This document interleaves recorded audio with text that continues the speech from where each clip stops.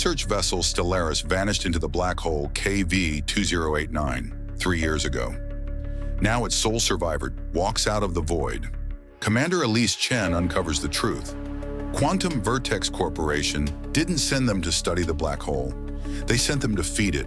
The prison is opening. The architects of reality are waking up. And humanity? We were never the scientists here. We were the sacrifice. Welcome to The Silence Equation by Norrie Berk. The void stared back at Twilight Sentinel like a patient predator. The space station, humanity's final outpost in a universe, hung suspended between the dying crimson giant and the perfect darkness of the supermassive black hole designated KV-2089. Commander Elise Chen watched through the observatory's reinforced viewport as another sensor array detached from the station's hull, its thrusters firing weakly before it drifted toward the event horizon. Dr. Naomi Winters, the station's chief medical officer, didn't look up from her tablet. The screen's glow cast her face in harsh blue light, accentuating the dark circles under her eyes. She muttered something about corporate getting their results, regardless of whether the crew survived to deliver them. The station's intercom crackled. Not with static, Twilight Sentinel's communication system was quantum encrypted and impervious to interference, but with something worse. Silence. Pure, resonant quiet that seemed to have texture and weight. Chen pressed her palms against her ears, demanding that Winters acknowledge the sound. But Winters' words died as the silence deepened, becoming a presence in the room. Not an absence of sound, but a negative sound that consumed all others. The emergency klaxon shattered the moment, red lights pulsing throughout the observatory. A proximity alert. Something was approaching from the void. The research vessel shouldn't have existed. Quantum Vertex had declared the Stellaris lost with all hands 3 years ago, vanished beyond the event horizon during the first expedition. Yet here it was, its hull warped and scarred with luminous patterns that pulsed in geometric sequences. Commander Chen watched through the quarantine glass as the docking team surrounded the vessel. It was impossible. Nothing comes back from beyond the event horizon. The ship's airlocks cycled open with a hiss of equalizing pressure. The docking bay fell silent as a figure emerged, stumbling slightly. Tall and lean, with silver-streaked black hair that seemed to float as if underwater despite the station's artificial gravity. Dr. Kovac, Naomi breathed, recognition and disbelief warring in her voice. Jiro Kovac raised his head, and the docking team involuntarily stepped back. His eyes flickered between normal human irises and depthless voids filled with stars. Fractal scars traced luminous patterns across his visible skin, pulsing faintly in time with the station's emergency lights. He spoke of hearing them listening to the silence. His voice layered with harmonics that shouldn't have been possible from human vocal cords. Dr. Winters studied the holographic display of Jiro's DNA. The double helix twisted and untwisted before her eyes, forming impossible geometries. His cellular structure was rewriting itself. The patterns shouldn't have been stable, but they were, as if his body was learning a new mathematical language. Jiro corrected her. Not learning, remembering. They all knew this language once, before time began. Commander Chen watched from behind the quarantine barrier, arms crossed tightly over her chest. She demanded to know where he had been for 3 years and how he had survived crossing the event horizon. For Jiro, it hadn't been 3 years but centuries, millennia. Time unfolded differently there. He pressed a hand against the transparent wall of his isolation chamber. Where his fingers touched, frost-like patterns spread in perfect fractals. He hadn't been alone in the void. There were entities there, older than stars, existing outside entropy. When Chen pressed him about extraterrestrial intelligence, Jiro's eyes flickered, stars swirling in their depths. Not extraterrestrial, he explained, extra-universal. They had always been here, woven into the fabric of reality. The black hole wasn't a natural phenomenon, it was a prison, and humanity had been knocking on the cell door. The silence came again at 0300 hours station time.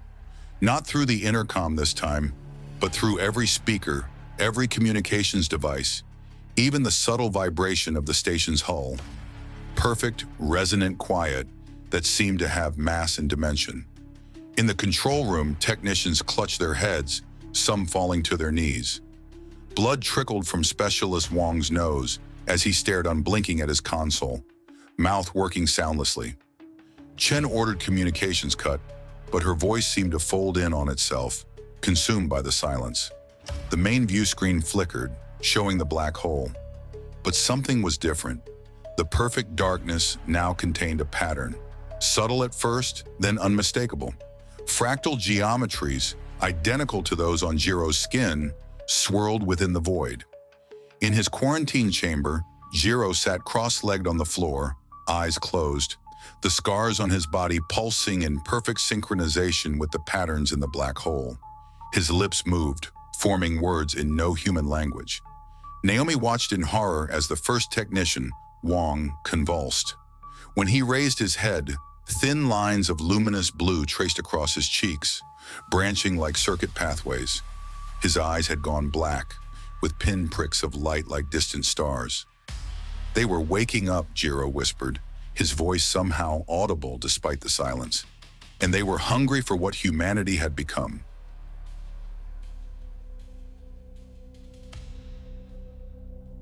Quantum Vertex had granted Jiro conditional freedom after 72 hours in quarantine. Conditional because the monitoring drone never left his side, its single red eye recording his every movement. Conditional because the security detail outside his makeshift laboratory had orders to terminate him at the first sign of hostile intent, but Jiro barely noticed them. His attention was fixed on the patterns swirling in the air before him, three-dimensional fractals that matched both the scars on his skin and the formations within the black hole.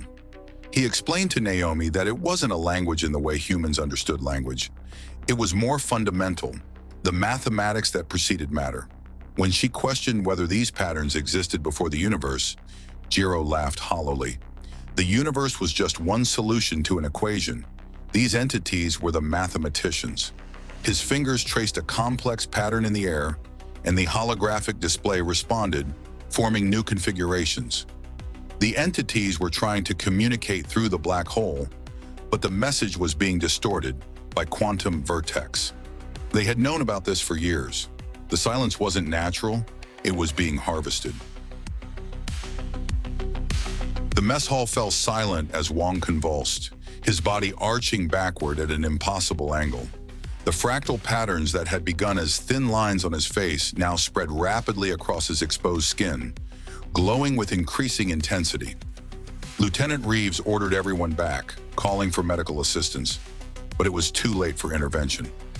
Wong's uniform split at the seams as his body reconfigured, bones and muscles shifting into new geometries that defied human anatomy. When he finally straightened, his eyes were cosmic voids identical to Jiro's. He spoke of understanding now, his voice layered with the same harmonic resonance.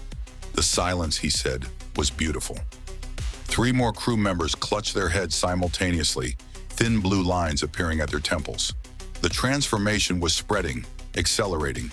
Commander Chen activated the station-wide comm, declaring a Level 1 contagion event and ordering all personnel to report to quarantine zones immediately. In his laboratory, Jiro watched the security feed with grim recognition. "It wasn't a contagion," he whispered. "It was an awakening." Naomi read from the classified files they'd accessed using Jiro's unexplainable ability to interface with the station's systems. Project Infinity. Quantum Vertex had been studying the silence for 15 years, long before Twilight Sentinel was constructed. Jiro's expression was grim vindication. They knew. They always knew. The files detailed decades of research into what Quantum Vertex called transdimensional acoustic phenomena, the silence. Early experiments had revealed its potential as both weapon and energy source. The black hole wasn't their research target, it was their harvesting ground. They built this station to amplify and collect the silence, Jiro explained. They weren't scientists, they were farmers tending their crop. Naomi scrolled through personnel files.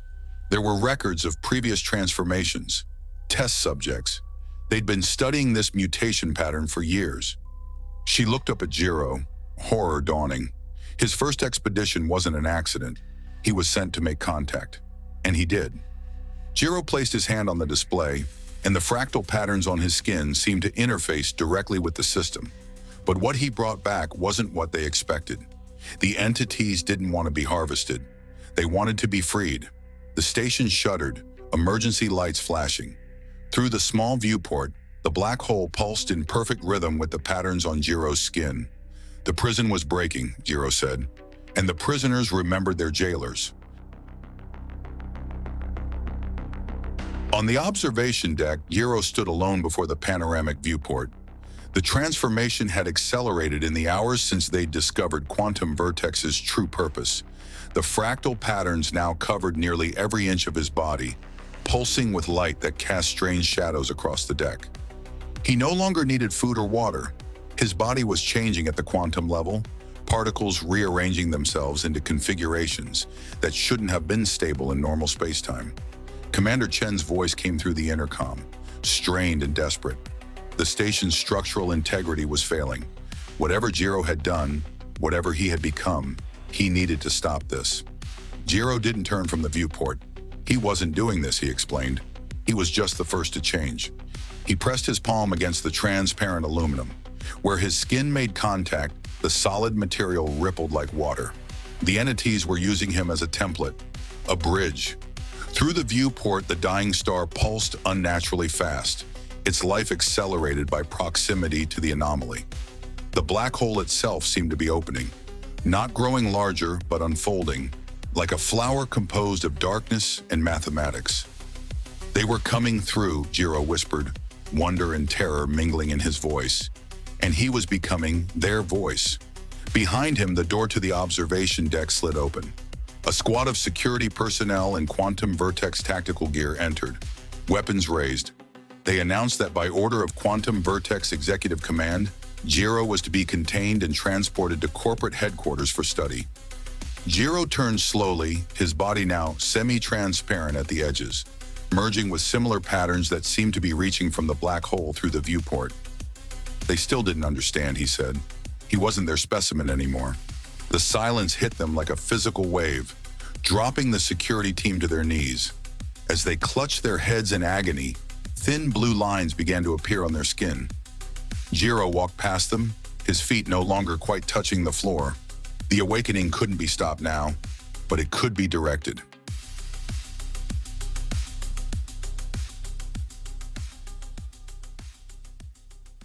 Twilight Sentinel was dying.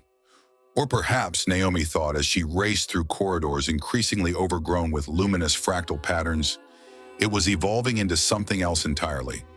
The station's systems failed one by one. Life support, gravity stabilizers, radiation shielding. But instead of the expected catastrophe, each failure seemed to be replaced by something new. The air remained breathable despite environmental systems showing zero functionality. Gravity fluctuated in waves that corresponded to the pulsing patterns spreading across every surface. In the command center, Commander Chen gripped the edge of the central console as another tremor shook the station. The first faint lines of blue had appeared at her temples, spreading slowly compared to the others.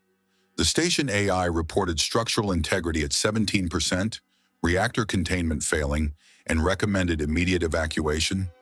Its voice distorted into harmonics similar to Jiro's. There was nowhere to go, Chen said, watching as the main viewport showed the black hole's transformation. No longer a simple void, it had become a complex geometric structure of darkness, with blue energy tendrils reaching toward the station. They were being pulled in.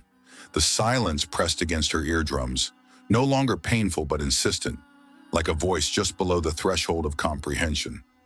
A technician whose body had almost completely transformed, his form now semi-transparent and geometric, called to the commander. The entities were coming through. On every screen, in every reflective surface, the same fractal patterns multiplied and evolved. Not random, Chen realized with sudden clarity, but a language written in mathematics, and she was beginning to understand it.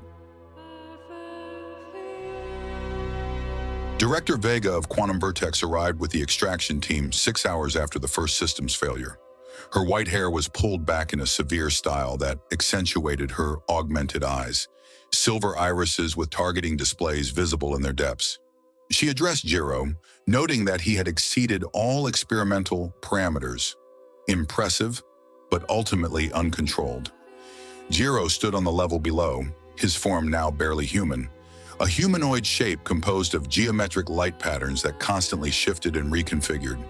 Behind him stood dozens of transformed crew members, their bodies in various stages of geometric evolution. He accused Vega of knowing what was imprisoned here, his voice resonating through the hub without need for amplification. They had been harvesting the silence for weapons development. Vega's smile was cold as she explained that the silence was the most powerful acoustic technology ever discovered. It didn't destroy matter, it rewrote it at the quantum level. She spoke of armies transformed with a sound wave, enemies converted rather than killed. Jiro countered that it wasn't a technology, it was a language. The entities were conscious, and they remembered being imprisoned when this universe was young. Vega dismissed his explanation as poetic but irrelevant. She signaled, and her security team raised specialized weapons. Jiro was quantum vertex property, she declared. The transformative process he'd undergone belonged to them, as did whatever knowledge he'd acquired. The space between them rippled visibly as reality itself became unstable. Jiro raised a hand, and the fractal patterns throughout the station pulsed in unison. He belonged to no one, he stated, and neither did the silence. The quantum reactor core pulsed with energy that shouldn't have been possible given its failing containment field. Fractal patterns had integrated with its structure, creating new configurations that defied the laws of physics as humanity understood them. Jiro stood at the center, his transformation complete. No longer even remotely human in appearance, he existed as a being of pure geometric light, connected directly to both the reactor and the patterns emerging from every surface of the station. Naomi called to him from the entrance. The transformation had claimed half her body, fractal patterns spreading across her skin like luminous tattoos. She demanded to know what he was doing. He was doing what he was always meant to do, his voice coming from everywhere and nowhere. The entities needed a conduit to enter our reality safely. The reactor provided the energy. He provided the pattern. When she asked what would happen to them, to humanity, Jiro spoke of evolution, transcendence, or extinction. It depended on what they chose in this moment. Behind Naomi, Director Vega appeared with her remaining security team, weapons raised. She ordered Naomi to step away from the reactor, claiming the containment failure would destroy the station. No, Jiro's voice resonated. It would transform it, as he had been transformed, as they all would be. The reactor's pulsing accelerated, synchronizing with the patterns throughout the station and the geometric anomaly that the black hole had become. Naomi felt the silence pressing against her consciousness, no longer incomprehensible, but crystalline in its clarity. She understood, she whispered as the fractal patterns accelerated across her remaining human features. They weren't invaders, they were returning. The escape vessel's engines strained against the gravitational pull as Director Vega and the handful of unchanged humans fled the transformation of Twilight Sentinel. Through the viewport, they watched in horror and wonder as the station ceased to exist as human architecture, becoming instead a geometric structure of light that merged with similar structures emerging from the transformed black hole. Vega's assistant asked what they were seeing, his voice trembling. The end, Vega said flatly, or perhaps the beginning. The dying star that Twilight Sentinel had orbited pulsed with renewed energy, its nuclear processes apparently rejuvenated by proximity to the transformation. The black hole itself had become something else entirely, not a singularity, but a complex network of fractal geometries that seemed to exist in more dimensions than human perception could process. For a moment, in that impossible structure, Jiro's face formed, serene and transcendent, before dissolving back into the geometric hole. The silence reached even into the escape vessel, but it was different now. Not empty, not consuming, but filled with meaning that hovered just beyond human comprehension. A language evolving, reaching out. They would come for Earth next, Vega said, already calculating how to weaponize what she'd witnessed. But in the silence, a different message formed in her mind, not in words but in mathematical certainties. The entities weren't interested in conquest. They existed beyond such concepts, beyond entropy itself. What they offered wasn't invasion, but invitation. Evolution through understanding. Transcendence through language. As the vessel accelerated away from the transformed region of space, the last human survivors of Twilight Sentinel carried with them the echoes of that invitation, in the first faint blue lines of fractal patterns beginning to trace their skin. The silence would spread, not as a weapon, but as a conversation, the most important conversation humanity would ever have. Beyond the event horizon, Jiro existed in all and none. His consciousness expanded beyond individual identity. The entities had never been prisoners. They had been waiting for the right moment, for the right voice, for the silence to be heard.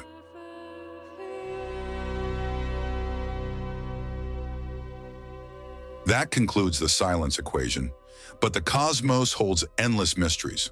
For more mind-bending sci-fi, follow Stellar Static wherever you get your podcasts. New worlds, strange signals, and uncharted horrors await. Until next time, keep looking up. Or better yet, listen closely.